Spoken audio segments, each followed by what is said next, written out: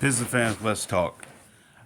I'm going to let's come out the gate and just start off with the Pistons improvement or development going forward, and even considering the trade deadline is closely approaching, and what would I do with I guess say the expiring rental players, if you will, or considerable rental players? Who would I keep? Who would I possibly let go? And let's talk. Let's start off with the key additions, the recently key additions, with the likes of Muscala and Gallinari. Gallinari, forgive me, not Gallinari. Gallinari. I I want to. Gee, it really this is the reason why I have a problem with the Cade situation. The Pistons don't know what they have in Cade. This is why I say you have to let him go. This is going on what year four, going close to year four, and you don't know what you have with him. And as a player, yeah, yet you don't know what you have in him in terms with his teammates. I don't know. Maybe I'm on the outside, out of the loop to make that type of assessment. Yet the players are growing. Okay, it put me in the mind of the Sacramento Kings back in the day when they was going against the Lakers, and Chris Webber got hurt. Now Chris Webber was the guy. Jason Williams made the team electric. Don't give me that. Stojakovic was the shooter, and they had a lot of key players: Turkoglu, Pollard, etc. Right? They had a lot of help to build the team. Yet the double, possibly triple teaming was going towards Weber because he was the guy that can generate that type of respect. Oh, he has that type of respect, and he generate that type of defense assignment. Nonetheless, when Chris Webber went out, and I believe they had Vladi and was it Pollard and a starting lineup for the lack of Chris Webber injury, and they were flowing. They had a rhythm. Then all of a sudden, Chris Webber comes back and they insert him to the lineup, and it's like their rhythm stopped. Yeah, because everybody has to relearn how to play. Everybody has to adjust to how the ball goes into Chris Webber, and Chris Webber, you know. So it's the same thing goes with Cade.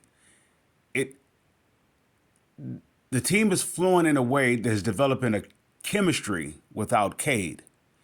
If Cade comes in, it sort of interrupts that because the ball has to flow through him to get the very best out of him. I don't see Cade as a catch and shoot. Maybe I'm wrong. I don't see Cade as a guy who is playing off somebody else. I'm not saying playing off the ball. I'm saying it's playing off somebody else. And what I mean by somebody else, the other four guys. So it's tough to say who stays and who goes because you're the guy who you have given the keys to or designated as the guy to make the focus of the team, the franchise player.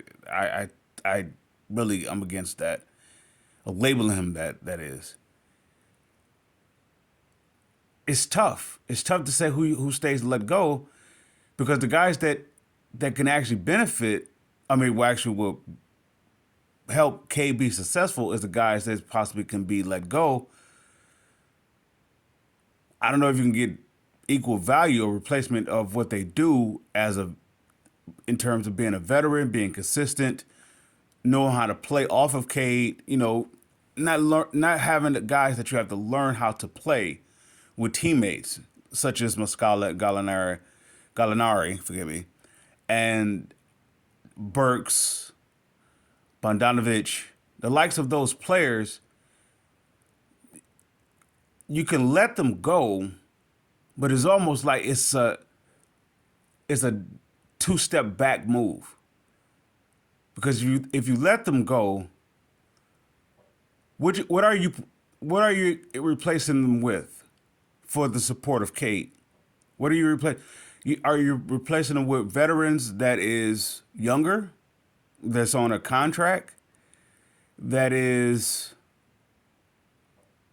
that is consistent at what they do, regardless what if you have to bring them in off the bench or and situational player. The IQ is so it's tough. This is a tough situation, and I say that to say this. This is what delaying the whole development process with the Pistons because it's a constant revolving door of this. By Cade being that guy is not there, it messes up. I mean, it doesn't allow a foundation to be established. So an identity can be established. Yet I'm about to contradict myself by saying an identity is actually being made without the likes of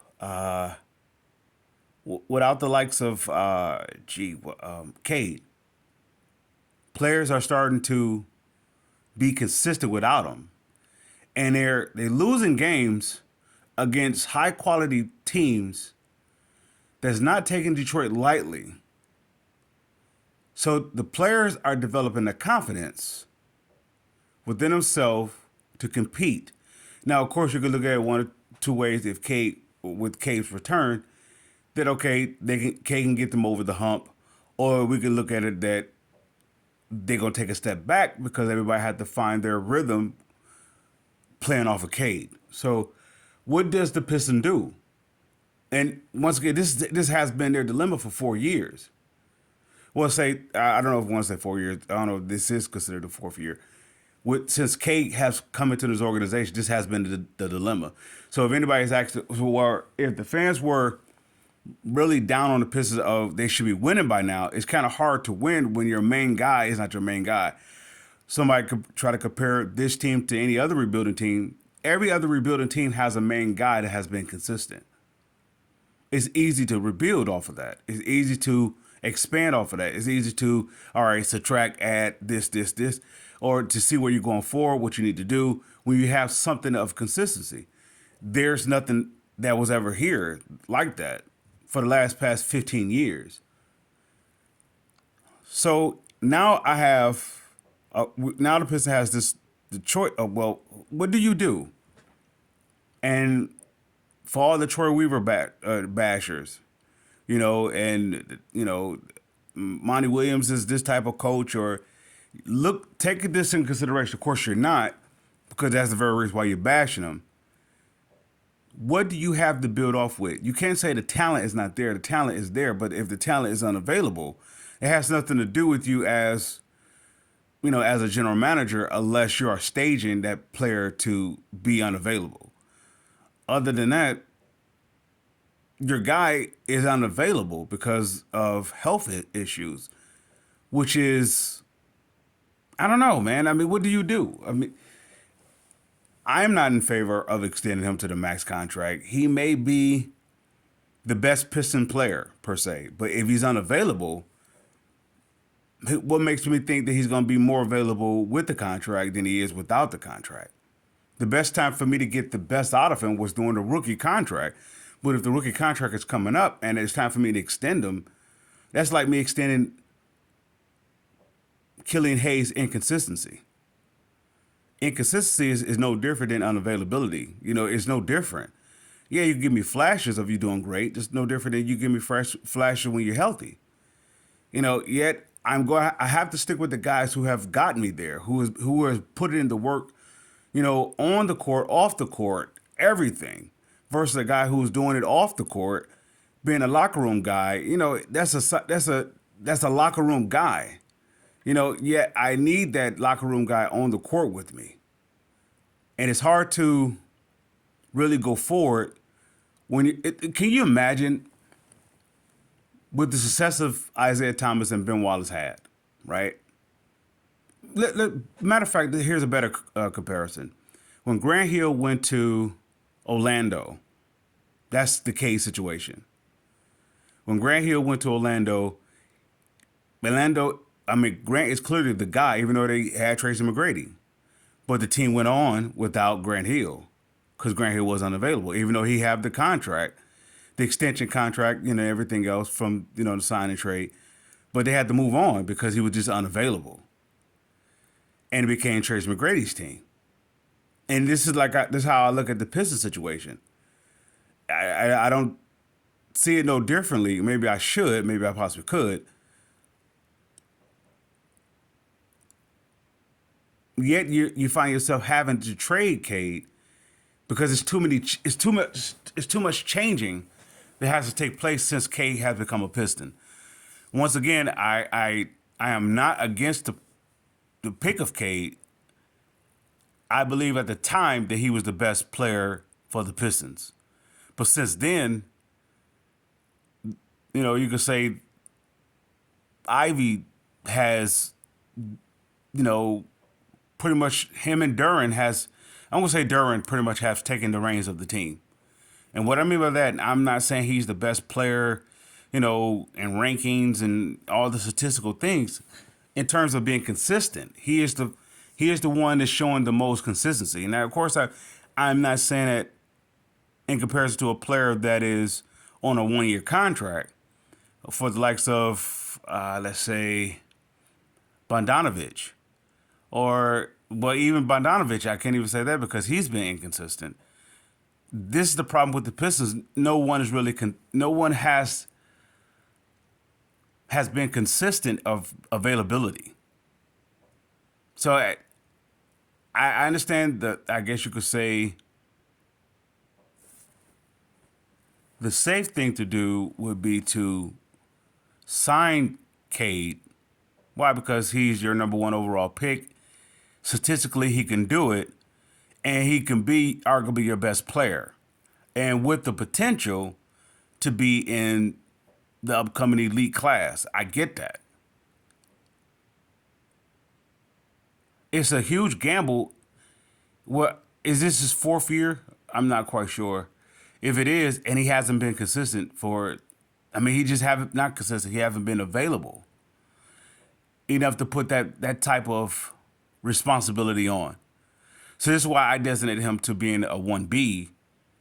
He's a 1A to a Pistons team because nobody has stepped up to be a 1A. Yet I'm looking at Duran as that 1A now. He's the guy, regardless of the injury, he's coming back. And when he comes back, the team gets better with him. I'm in favor of trading Cade, not because I have like I detest him or something like that, or I just really just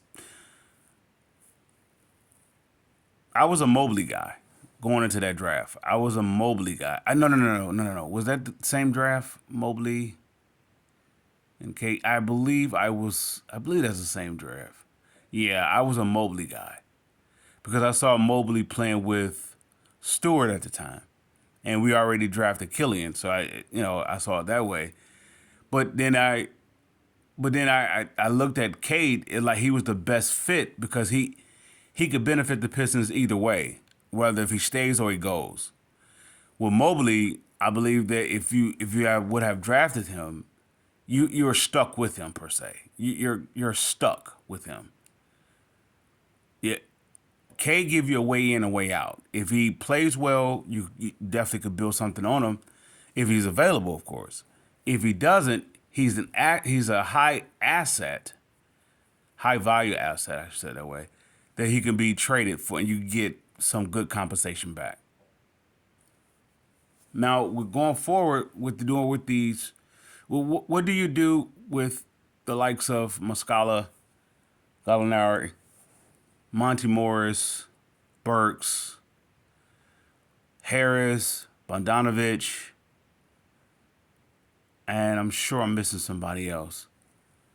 These are some, in my opinion, some good quality veterans. Why? Because they're not locker room problems as a veteran.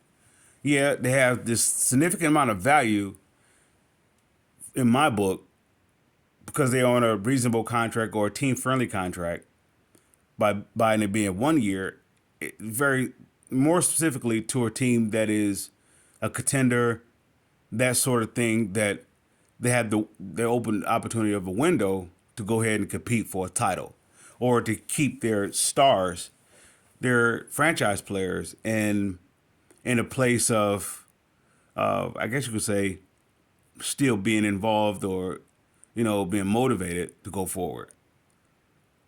So, but yet at the same time, those are also the self same players that actually will make Cade or take the weight off of Cade. So what do you do? I want to say Cade is Grant Hill.